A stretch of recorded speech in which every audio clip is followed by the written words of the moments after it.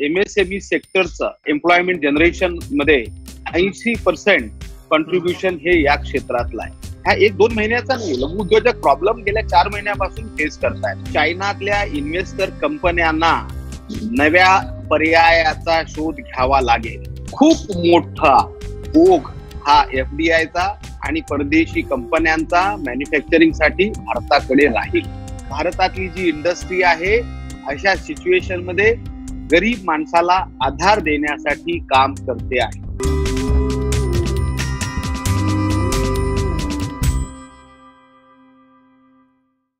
नमस्कार, मी विनायक पाचलत आणि थिंक बँकच्या बिहाइंड द सीन्स मध्ये तुम्हा सगळ्यांचं मनापासून स्वागत. गेले काही दिवस कोरोनाच्या पार्श्वभूमीवर आपण वर्क फ्रॉम होम मुलाखती करतोय आणि आज आपण बोलणार आहोत मिलिंद कांबळे सरांशी. सर, तुमचं मनापासून स्वागत आमच्या चॅनलवरती. थँक्यू. मिलिंद कांबळे सर हे DICCI Dalit Indian chamber of commerce and industries याचे संस्थापक अध्यक्ष आहेत. MSME सेक्टर मधल्या उद्योजकांचा हा समूह आहे. त्यांच्या या सेक्टर मधल्या कामाबद्दल भारत सरकारनं त्यांना पद्मश्री हा पुरस्कार देऊन सन्मानित केलेला आहे.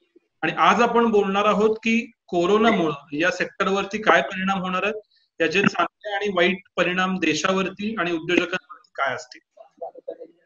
तर माझा पहिला प्रश्न तुम्हाला हा आहे की कोरोनाच्या या संकटामुळे छोटे व मध्यम उद्योग जे आहेत, MSME सेक्टर आपण ज्याला म्हणतो, त्याच्यावर नक्की काय परिणाम झाले? कोरोनाच्या संकटामुळे देशातले जे सूक्ष्म, लघु आणि मध्यम उद्योग आहेत आणि त्याचबरोबर जे अनऑर्गनाइज सेक्टर, ज्याला असंघटित क्षेत्रातले जे कामगार आहेत, याच्यावरती फार मोठे परिणाम झालेले आहेत. आणि त्यामुळे एकूणच जी भारतीय अर्थव्यवस्था आहे, या भारतीय अर्थव्यवस्थेमध्ये आपल्या देशातल्या MSME सेक्टरचं एक मोठं कॉन्ट्रीब्युशन आहे. विशेषतः एम्प्लॉयमेंट जनरेशन मध्ये 80% कॉन्ट्रीब्युशन हे या क्षेत्रातलं आहे. त्यामुळे स्वाभाविकच पुढचे 6-1 महिने या क्षेत्रासाठी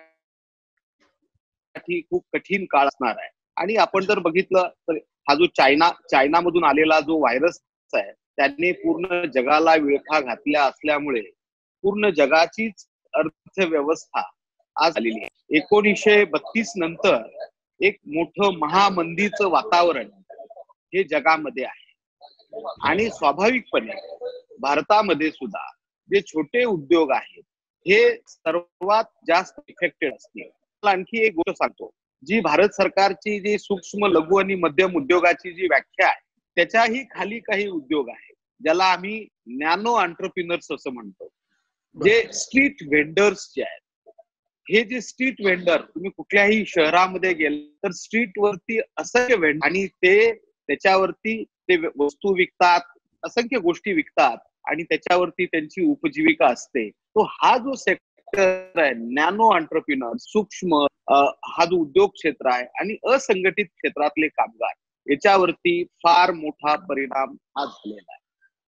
अच्छा, पण याच्यामध्ये काय दिसतंय तुम्हाला की रोजगार कमी होईल का कॅश फ्लोचा इश्यू आहे? नक्की कोणकोणत्या प्रकारचे प्रॉब्लेम्स हे लोक फेस करतात? हे बघा, आता पुन्हा नव्याने जर उद्योग सुरू करायचा जर झाला तर या सगळ्या उद्योगांच्या समोर कॅश फ्लोचा हा नक्कीच विषय आहे. आणि आपल्याकडे बँकांचं जे क्रेडिट लाईन आहे, ती क्रेडिट लाईन मध्ये तुमचा जो टर्नओव्हर आहे, त्या टर्नओव्हरच्या 20% तुम्हाला क्रेडिट लाईन्स मिळतात, म्हणजे वर्किंग कॅपिटल मिळतं. आता ते वर्किंग कॅपिटल लोकांचं संपलंय.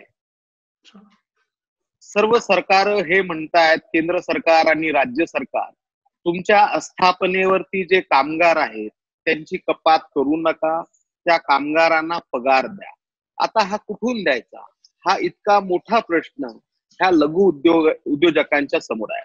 त्यामुळे आम्ही सातत्याने केंद्र सरकार, राज्य सरकार, रिझर्व्ह बँक, फायनान्स मिनिस्ट्री या सगळ्यांच्या संपर्कात आहोत गेल्या अनेक दिवसापासून. कारण तुम्ही जर बघितलं तर हे कोरोनाचं लॉकडाऊन आणि हे आत्ता झालंय, परंतु चायनामध्ये काही महिन्यापूर्वी ही सगळी परिस्थिती उद्भवली आणि 4 महिन्यापासूनच जगाची सप्लाय चेन विस्कळीत झालेली आहे.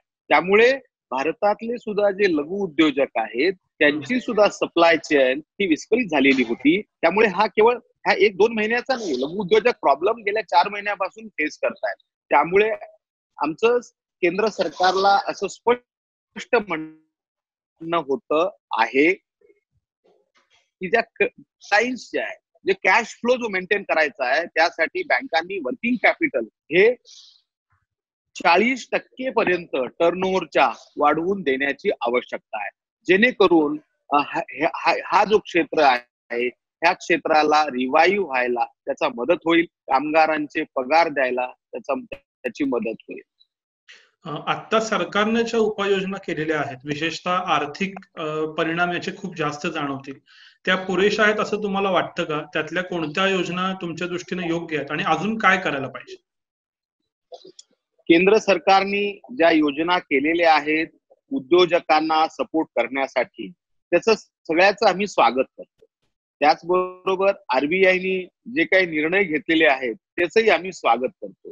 विशेषतः आता या मार्च एंडला, म्हणजे फायनान्शियल इयरच्या एंडिंगला, जे ईएमआयचं जे बर्डन होतं उद्योजकांच्याकडे, कारण छोट्या उद्योजकांनी लोन घेतलेले असतात, छोटे छोटे छोटे मशिनरीसाठी, जागेसाठी, फॅक्टरी शेडसाठी असे जे लोन घेतलेले होते, त्या लोनचं ईएमआयचं जे बर्डन होतं त्याच्यामध्ये 3 महिनेची सूट त्यांनी त्याच्यामध्ये दिलेली आहे. त्यामुळे हा एक आरबीआयचा अतिशय चांगला निर्णय आहे. परंतु जो आरबीआयने जो दुसरा पण एक जो निर्णय घेतलाय वर्किंग कॅपिटलच्या संदर्भातला, आणि तो त्यांनी बँकेवरती सोडलाय. मग आम्हाला असं म्हणायचंय की ते बँकणार नाही. केंद्र सरकार, मिनिस्ट्री ऑफ फायनान्स आणि आरबीआय यांनी बँकांना क्लिअर कट निर्देश देण्याची आवश्यकता आहे, जेणेकरून त्यांना रिवाईव्ह व्हायला त्याला मदत होईल. हे आम्हाला याच्याबद्दल वाटतं. त्याचबरोबर केंद्र सरकारचे 250 PSUs आहेत, केंद्र सरकारचे विविध डिपार्टमेंट्स आहेत, ज्याच्यामध्ये मोठे रोड्स पासून असे सगळे कामं चालू आहेत. राज्य सरकार आहे, राज्य सरकारच्या PSUs आहेत, राज्य सरकारचे डिपार्टमेंट आहेत, त्याच्या अंतर्गत कामं चालू आहेत. स्थानिक स्वराज्य संस्था यांच्याकडे अनेक वेगवेगळ्या प्रकारची कामं चालू आहेत. या ठिकाणी ज्या उद्योजकांनी सप्लाय केलेला, जे कॉन्ट्रॅक्टर्स आहेत, ज्या उद्योजकांनी सप्लाय केलेला आहे, अशा उद्योजकांची जी येणी बाकी आहे, ती येणी ताबडतोब ह्या तिन्ही आस्थापनांनी, संस्थांनी या लघु उद्योजकांना द्याव्यात, जेणेकरून त्यांना त्याची थोडीशी मदत होईल. दुसरं, ESI आणि PFच्या बाबतीमध्ये सुद्धा केंद्र सरकारने जो निर्णय घेतलेला आहे त्याचंही आम्ही चेंबर म्हणून, उद्योजक संघटना म्हणून त्याचं आम्ही स्वागत केलेलं. बरोबर, हे सगळे उपाय आहेत, पण आता हा पिरियड कित्येक वर्ष चालू राहील असं मानलं जातं. हा काही 2-3 महिन्यात किंवा 6 महिन्यात संपणारा विषय नाही. याच्यामुळे वर्ल्ड ऑर्डर म्हणजे जगाची व्यवस्था बदलेल असंही म्हणलं जातं. तर भारत देश म्हणून किंवा व्यावसायिक म्हणून तुम्हाला काय काय बदल होताना दिसतील भविष्यात असं वाटतंय? तुम्ही म्हणलात ते खरं आहे. पुन्हा गाडं रुळावरती येणं आणि ते सुरळीतपणे चालू होणं यासाठी नक्कीच काही कालावधी किंवा अवधी लागेल. परंतु मला असा विश्वास आहे की म्हणजे वर्षभरामध्ये, साधारण वर्षभरामध्ये हळूहळू गाडं पूर्वपदावर यायला सुरुवात होईल. जोपर्यंत मार्केटमधून डिमांड ही निर्माण होणार नाही तोपर्यंत हा स्लो डाऊन राहील, आणि जशी जशी मार्केटमधून डिमांड वाढायला सुरुवात होईल तसं उद्योगाचं गाडं जे आहे ते चालू होईल. आता याच्यामध्ये गव्हर्नमेंट स्पेंडिंग खूप होत आहे. त्यामुळे आता तुम्ही 1,74,000 कोटीचं माननीय पंतप्रधानांनी पॅकेज दिलं. ते काय आहे, शेतकऱ्यांना 2,000 रुपये, तिथे 500 रुपये, इकडे काही पेन्शन, तिथे हे, म्हणजे हे पैसे लोकांच्या खिशामध्ये आलेले. त्यामुळे ते खिशात आलेले पैसे पुन्हा लोक मार्केटमध्ये जाणार आणि स्पेंड करणार. आता हे सरकारच्या स्तरावरती एक हे केलं. त्याचबरोबर बँकांकडे पैसे खूप आहेत. जर ते लघु उद्योजकांना 40% आसपास जर क्रेडिट लाईन, वर्किंग कॅपिटल दिलं तर अगेन स्पेंडिंग कॅपॅसिटी जी आहे ती वाढेल. त्यामुळे हा गाडा सुरळीत व्हायला 6 महिन्याचा काळ लागेल. परंतु या संकटामधून भारताला खूप मोठ्या संधी आहेत असं मला वाटतं. मी मागच्या 15 दिवसापूर्वी एका वर्तमानपत्राने माझी एक मुलाखत छापली होती, ज्याच्यामध्ये मी असं म्हटलं होतं की भारत हा चीनला पर्यायी देश म्हणून उभं राहील आणि हे नक्की होणार आहे. मला हेच समजून घ्यायचं आहे की तुम्ही जेव्हा असं म्हणता की भारत चीनला पर्यायी देश म्हणून उभं राहील, तेव्हा या तुमच्या स्टेटमेंट मागचं अनालिसिस काय आहे किंवा नक्की का असं तुम्ही म्हणता? हे बघा, तुम्ही जर बघितलं 2019 मध्ये चायनामध्ये जी इन्व्हेस्टमेंट झालेली आहे किंवा चायनाने जे जगाकडनं जे एफडीआय अट्रॅक्ट केलेलं आहे, त्याच्यात सगळ्यात जास्त एफडीआय जी आहे चायनात गेली ती US ची आहे, UK ची आहे, स्वित्झर्लंडची आहे आणि अशा सगळ्या देशांची आहे. जवळपास तुम्ही चायनाचा जर जीडीपी बघितला तर तो $13 ट्रिलियन चायनाचा जीडीपी आहे. त्याच्या 6.5 पट पर्यंत चायनाने एफडीआय चायनामध्ये अट्रॅक्ट केलेला आहे. आणि काय झालंय, चायना हा जगाचा एक मॅन्युफॅक्चरिंग हब झालेला आहे. मॅन्युफॅक्चरिंग हब आणि गोडाऊन. कारण चायनाचं डोमेस्टिक कन्झम्पशन नाहीये. चायनाची पूर्ण इकॉनॉमी ही एक्सपोर्ट ओरिएंटेड आहे. वेस्टर्न कंट्रीज ज्या आहेत, ज्या डेव्हलप्ड कंट्रीज आहेत, त्यांनी तिथे त्यांचे प्लांट्स उभे केलेले आहेत. पण गेल्या 4 महिन्यापासून जी पुरवठा साखळी किंवा ज्याला सप्लाय चेन आपण म्हणतो, ती मोडकळीस आल्यामुळे सगळ्या ह्या चायनातल्या इन्व्हेस्टर कंपन्यांना नव्या पर्यायाचा शोध घ्यावा लागेल. त्याला मला असं म्हणायचं आहे की कुठलीही कंपनी केवळ एकाच देशावरती अवलंबून राहू इच्छित नाही. आणि आता ज्या प्रकारे हा चायनीज व्हायरस जो आहे त्यांनी जो धुमाकूळ घातलाय, त्यामुळे ह्या सर्व ज्या MNC कंपन्या ज्या आहेत, ज्यांची चायनामध्ये इन्व्हेस्टमेंट आहे, ते अल्टरनेटिव्ह मॅन्युफॅक्चरिंग डेस्टिनेशनच्या शोधात आहेत. आणि भारत हा जगामधला मनुष्यबळाच्या बाबतीत स्किल मनुष्यबळ असेल, इथे असणारं इन्फ्रास्ट्रक्चर असेल, वीज असेल, पाणी असेल, कार्गो वाहतूक असेल किंवा पोर्टची व्यवस्था असेल, ही तशी बऱ्यापैकी भारतामध्ये आहे. त्यामुळे मला असं वाटतं की खूप मोठा ओघ हा एफडीआयचा आणि परदेशी कंपन्यांचा मॅन्युफॅक्चरिंग साठी भारताकडे राहील. मी आता तुम्हाला आणखी एक गोष्ट सांगतो. गेल्या 2 महिन्यापासून अनेक कंपन्यांनी छोट्या आमच्या SMEs इन्क्वायरी करणं सुरू केलेलं आहे. तुम्ही आम्हाला हे सप्लाय करून देऊ शकता का, ते सप्लाय करून देऊ शकता का. आणि त्यातल्या काही उद्योजकांच्या सोबत मोठ्या कंपन्यांनी ऍज अ प्रिफर्ड वेंडर म्हणून त्यांना रजिस्टर केलंय. मुंबईतलाच आमचा उद्योजक आहे, सॅमसोनाइट कंपनीनी त्याला 20 दिवसामध्ये प्रिफर्ड वेंडर केलं आणि सप्लाय करा, कारण त्यांचा मोठं इस्टॅब्लिशमेंट चायनामध्ये आहे. त्यामुळे ह्या सगळ्या गोष्टी जर लक्षात घेतल्या तर केवळ एकाच देशावरचं जे अवलंबित्व आहे, यातून ह्या कंपन्या बाहेर पडतील. जपाननी मध्ये एक स्टोरी आली मोठी, जपाननी सांगितलं चायनातले प्लांट बंद करा, गव्हर्नमेंट विल सबसिडाइज यू. तर हे सुरू झालेलं आहे. त्यामुळे या सगळ्या याच्या आधारावरती मला असं वाटतं की जगामध्ये भारत ज्या प्रकारे करोनावरती सुद्धा भारत विजय मिळवण्याच्या पल्ल्यावरती येऊन ठेपलेला आहे. तुम्हाला सांगतो, जगाची जर तुलना केली आणि आपल्याकडचं जी संख्या बघितली तर नक्कीच आपण करोनावरती 75% लढाई जिंकत आलेलो आहोत. याचा अर्थ उद्या बाहेर पडा असं नाही म्हणत मी. सरकारचे जे निर्देश आहेत केंद्र आणि राज्य, ते आपण सगळ्यांनी पाळले पाहिजेत. सोशल डिस्टन्सिंग सांभाळलं पाहिजे. परंतु ही लढाई आपण जिंकत आलेलो आहोत.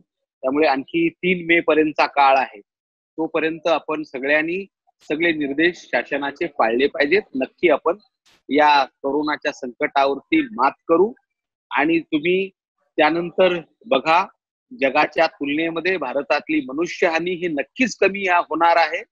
आणि त्यामुळे भारत हा जगामध्ये एक नायक देश आणि चीन हा एक खलनायक देश म्हणून उभं राहील. म्हणजे तुम्ही असं म्हणताय की ग्राउंड लेवलला ऑलरेडी चायनातले सप्लायरच्या ऐवजी भारताचा विचार सुरू झालाय आणि अशा सक्सेस स्टोरी तुमच्या नजरेत आहे.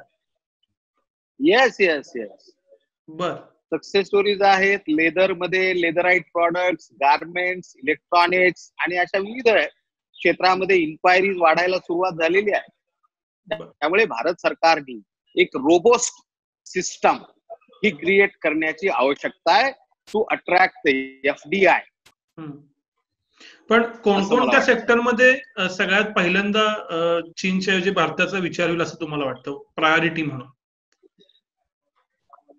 लेदर सेक्टर आहे, लेदर आणि लेदराईट सेक्टर आहे, केमिकल सेक्टर आहे, गार्मेंट सेक्टर आहे, त्याच्यानंतर इलेक्ट्रॉनिक सेक्टर आहे मोठ्या प्रमाणामध्ये, रासायनिक खतांचं सेक्टर आहे, आणि असे अनेक ऑटोमोबाईल सेक्टरमध्ये बरंचसं तिथे जे होतंय काम. भारतामध्ये सुद्धा खूप मोठं ऑटोमोबाईलला स्पेअर पार्ट सप्लाय करणारं यंत्रणा आहे, SMEचं मोठं नेटवर्क आहे. कारण आपल्याकडे सगळ्या कंपन्या आहेत भारतामध्ये कार मॅन्युफॅक्चरिंगच्या. त्यामुळे त्याला सुटे भाग पुरवणाऱ्या एक मोठं जे SME नेटवर्क लागतं ते मोठ्या प्रमाणामध्ये भारतामध्ये आहे. त्यामुळे अशा अनेक सेक्टर आहेत ज्याच्यामध्ये उद्या उद्योग सुरू करायचं म्हटलं तरी इथे इन्फ्रास्ट्रक्चर ते उपलब्ध आहे. पण याच्यामध्ये कायम बराचदा प्रॉब्लेम असा येतो की संधी त्या क्षणी घ्यायची असती. म्हणजे अजूनही 6 महिन्यानं केलं तर कदाचित इतर देश ते घेऊन जातील का काय अशी पण एक भीती आहे. काही ट्रेड वॉरचा फायदा व्हिएतनामनं घेतला असं म्हणतात. तर पटकन करण्याजोग्या गोष्टी कोणकोणत्या आहेत की भारत सरकारनं देश म्हणून आणि उद्योजकांनी पुढच्या 3 महिन्यात या 5 गोष्टी किंवा या 3 गोष्टी करायलाच हव्यात? काय वाटतं तुम्हाला?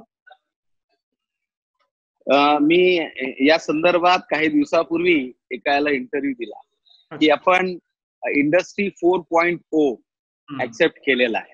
त्यामुळे जे SME आहेत आता जो वेळ मिळालेला आहे तर R&D करण्याची आवश्यकता आहे, रिसर्च करण्याची आवश्यकता आहे. कुठल्या कंपन्यांची चायनामध्ये इन्व्हेस्टमेंट आहे, तिथे कुठले प्रॉडक्ट्स बनवले जातात, त्या कोण कंपन्या आहेत, या संधी सगळ्या शोधण्याची आवश्यकता आहे. विशेषतः ज्या प्रकारे आपण संगणक क्षेत्रामध्ये खूप मोठी प्रगती केली तशी जैवशास्त्रामध्ये एवढी मोठी प्रगती झाली नाही. त्यामुळे जैविक शास्त्रामध्ये खूप मोठ्या संधी भारताला आहेत. कारण आपल्याकडे आयुर्वेदाचा एक मोठा बेस आहे. त्यामुळे त्या क्षेत्रात खूप मोठं संशोधन आणि हे करण्याची खूप मोठी संधी आहे. त्यामुळे असं शोधलं पाहिजे आर्टिफिशियल इंटेलिजन्स वापरून काय करता येईल. आज जर तुम्ही बघितलं तर भारतातले जे स्टार्टअप्स जे आहेत त्या स्टार्टअप्सनी खूप मोठं FDI भारतामध्ये आणलेलं आहे. आणि सगळ्यात हायेस्ट FDI भारतामध्ये जे भारतीय जे स्टार्टअप्स आहेत त्यांनी जे आणलंय ते फिनान्शियल सर्व्हिसेस मध्ये आणलंय. फूड टेक कंपनीज जे आहेत त्यांनी आणलंय, लॉजिस्टिक बेस्ड कंपन्या ज्या आहेत त्यांनी आणलेलं आहे. तर अशा विविध सेक्टरमध्ये ऑलरेडी जे भारतीय उद्योजक आहेत हे जगभराची इन्व्हेस्टमेंट अट्रॅक्ट करण्यात ऑलरेडी यशस्वी झालेले आहेत.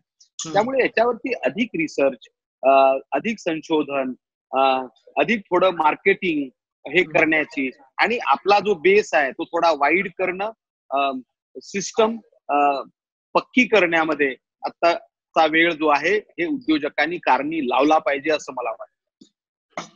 आणि सरकारच्या पातळीवर काय काय व्हायला?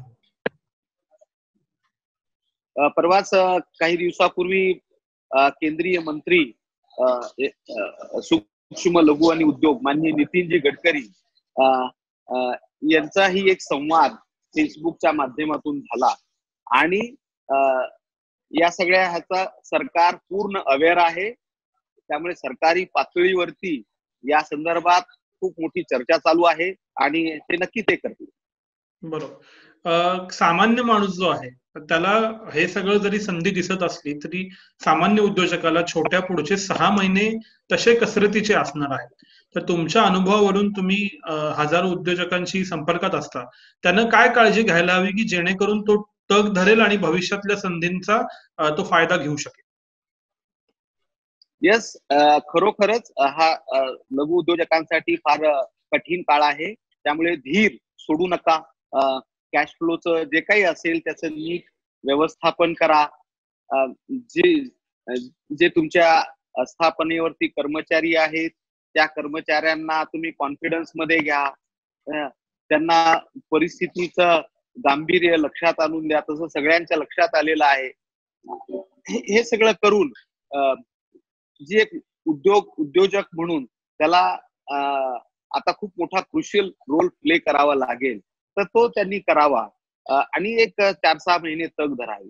कारण शेवटी असं आहे, FDI आली किंवा काही आलं तरी त्या मोठ्या कंपन्या, त्याच्यावरती जी सप्लाय चेन आहे, सर्व्हिस इंडस्ट्री असेल, पुरवठादार कंपन्या असेल, ही ती एकमेकावरती अवलंबून असते आणि त्यातूनच एक खूप मोठी रोजगार निर्मिती होऊ शकते आणि ह्याला चालना मिळू शकते. आता मला फक्त एक या बाबतीमध्ये एक सांगायचं आहे, जे मी पहिल्यांदा तुमच्याशी बोलतोय. पुढची आव्हानं कुठली आहे? कारण भारतामध्ये जे एक NGOचं एक खूप मोठं पेव आलेलं आहे, विशेषतः इन्व्हायरमेंट आणि दुसऱ्या टाईपचे जे NGO आहेत ते म्हणजे ऍडव्होकसी करणारे. आणि ह्या ऍडव्होकसी करणाऱ्या ज्या NGO आहेत यांना परदेशातून खूप मोठी मदत येते आणि ह्यांचं कामच हे आहे, एखादा प्रोजेक्ट आला की तिथे धरणे, प्रदर्शन, आंदोलन आणि त्रास देणं, याचा बंदोबस्त मात्र सरकारने खंबीरपणे केला पाहिजे. मी असं म्हणत नाही की इंडस्ट्री उभी करायची आहे, पर्यावरणाचा पूर्ण ऱ्हास करा. पर्यावरणाचा समतोल राखूनच ही इंडस्ट्री उभी राहिली पाहिजे. पण काही अडकाठी आणणारे जे जे इलेमेंट जे आहेत त्या इलेमेंटचा बंदोबस्त हा केला पाहिजे. बरोबर, हे मला चॅलेंज वाटतंय. कारण आपला आज मितीला आपली 1.5-2% आसपास ही GDPच्या FDI ची इन्व्हेस्टमेंट भारतामध्ये नाही. तुम्ही जर बघितलं आणि ती जर वाढवायची असेल, 1% GDP मधली ग्रोथ म्हणजे 1.5 ते 2 लाख लोकांना नोकऱ्या मिळतात. ओके. आणि ही जर वाढवायची असेल तर तुमच्याकडे पैसे नाही, तर तुम्हाला पैसे आणावे लागतील.